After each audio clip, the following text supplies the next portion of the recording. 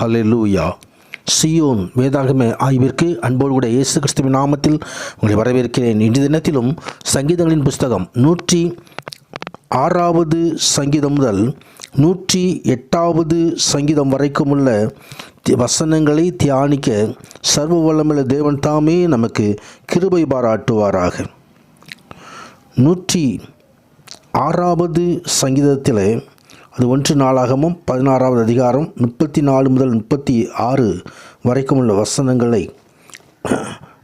அடிப்படையாக கொண்டு கர்த்தரை துதிக்கிறதான ஒரு சங்கீதம்.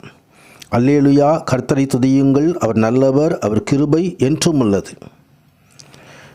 ஆம், கர்த்தருடைய வல்லமையான செய்கைகளை சொல்லி அவருடைய துதியெல்லாம் நாம் பிரஸ்தாப பண்ண வேண்டும்.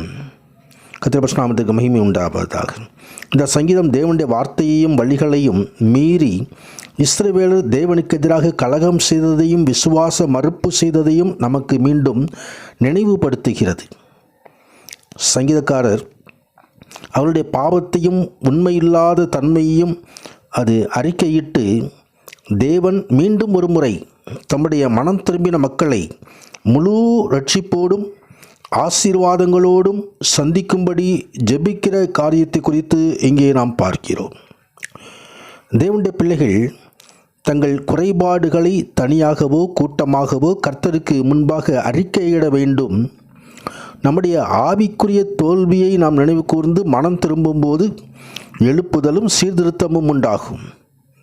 கர்த்தருடைய நாமத்திற்கு மகிமை உண்டாவதாக. இங்கே தேவனுடைய சித்தம் இல்லாதவற்றின் மேல் ஆசை கொண்டு அதன் மேல் பிடிவாதமாக தொடர்ந்திராதபடி நாம் எச்சரிக்கையாக இருக்க வேண்டும். ஆண்டவருடைய சித்தம் என்னது என்று சொல்லி நாம் உணர்ந்து கொள்ள வேண்டும். நம்முடைய தன்னலமடைந்த நமது சொந்த விருப்பங்களை திருப்திப்படுத்தி கொள்ள வேண்டி வற்புறுத்துவோமானால் நமது சொந்த வழிகளுக்கு தேவன் சில சமயங்களிலே அனுமதிக்கலாம். ஆனாலும் ஆவிக்குரிய வழியில் அது சரீரப்புறமாக இந்த ஒரு பேராபத்து அதில் காத்திருக்கிறது.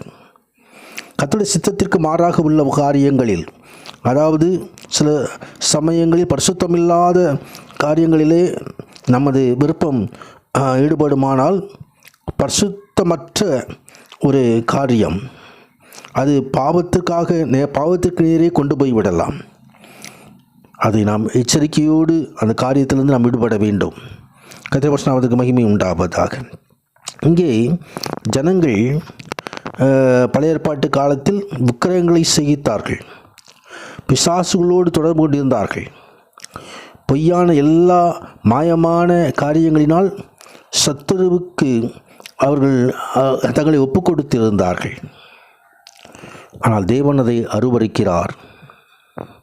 ஆம், கர்த்தருடைய பரிசுத்தமான சமூகத்திலே ஆண்டுடைய பிள்ளைகள் எப்பொழுதும் தங்கள் பரிசுத்தத்தை காத்துக்கொள்கிறவர்களாக இருக்க வேண்டும். தேவனை விட்டு விலகாதவர்களாக இருக்க வேண்டும். தொடர்ந்து 107வது சங்கீதத்தில் கர்த்தரை துதியுங்கள், அவர் நல்லவர், அவர் கிருபை என்றும் உள்ளது என்று சொல்லி மீண்டுமாய் 106வது சங்கீதம் துவக்கத்தில் சொல்லப்பட்டபடியே இங்கேயும் 107வது சங்கீதத்திலும் ஆண்டவரை துதித்து இந்த சங்கீதத்தை சங்கீதக்காரர் எழுதுகிறார். ஆதரவற்ற சூழ்நிலைகளிலிருந்து விடுதலையாக்கப்பட்டதற்காக மீட்கப்பட்டவர்கள் கர்த்தரை துதிக்கும்படி இந்த சங்கீதம் உற்சாகப்படுத்துகிறது. மிக பெரிதான கஷ்டங்களிலிருந்து தம்முடைய மக்கள் ஜெபிக்கும்போது ஆண்டவர் பதில் கொடுக்கிறதை இந்த சங்கீதம் நமக்கு உணர்த்துகிறது. பசியும் தாகமும் அடிமைத்தனம், மரணத்துக்கு ஏதுவான வியாதி, புயலின் ஆபத்துக்கள், புயல் போன்ற துன்பங்கள், பெருந்துன்பங்கள், உபத்திரவங்கள் ஆகியவற்றில் இருக்கிற விசுவாசிகளும் இந்த சங்கீதம் கர்த்தரிடத்திலே நமது காரியங்களை கொண்டு செல்ல வேண்டும் என்பதை உணர்த்தி காட்டுகிறது. எப்படிப்பட்ட சமயங்களில் தேவன் இடைபட வேண்டும் என்று நாம் விரும்புகிற போது, குறிப்பாக நமது வாழ்க்கையிலே விசுவாசத்தை அதிகரிக்க செய்து நம்மை உற்சாகப்படுத்தும்படி இந்த சங்கீதம் நம்மை ஏவுகிறது. அவர்கள் கர்த்தரை நோக்கி கூப்பிட்டார்கள். இந்த வார்த்தை 4 முறை இந்த சங்கீதத்திலே கொடுக்கப்பட்ட 6வது வசனம், 13வது வசனம், 19வது வசனம், 28வது வசனம். கர்த்தர்களை விடுவித்தார், அவரை நோக்கி கூப்பிட்டார்கள், அவரை விடுவித்தார். கர்த்தர் விடுதலை தருகிற தேவன். ஆண்டவரை நோக்கி கூப்பிடு, உண்மையாய் தம்மை நோக்கி கூப்பிடு யாருக்கும் சமீபமாக இருக்கிற கர்த்தர். தாவீதின் குமாரனே என்று சொல்லி ஒரு மனிதன் கூப்பிட்ட பொழுது அங்கேயே நின்று ஆண்டவர் அற்புதமாக அவனுடைய கண்களை திறந்தார்.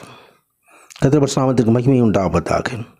தொடர்ந்து 41வது வசனம் சொல்கிறது, எளியவனையோ சிறுமை நின்று எடுத்து உயர்ந்த அடைக்கலத்தில் வைத்து அவன் வம்சங்களை மந்தையை போலாக்குகிறார், நித்திய ஆசீர்வாதங்களை அருளுகிறவர்.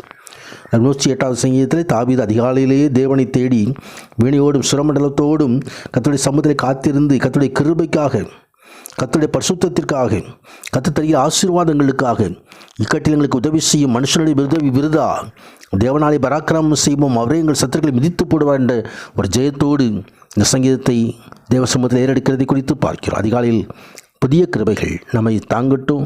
கர்த்தர் மகிமையான காரியங்களை செய்தருள்வாராக. ஆமேன், ஆமேன்.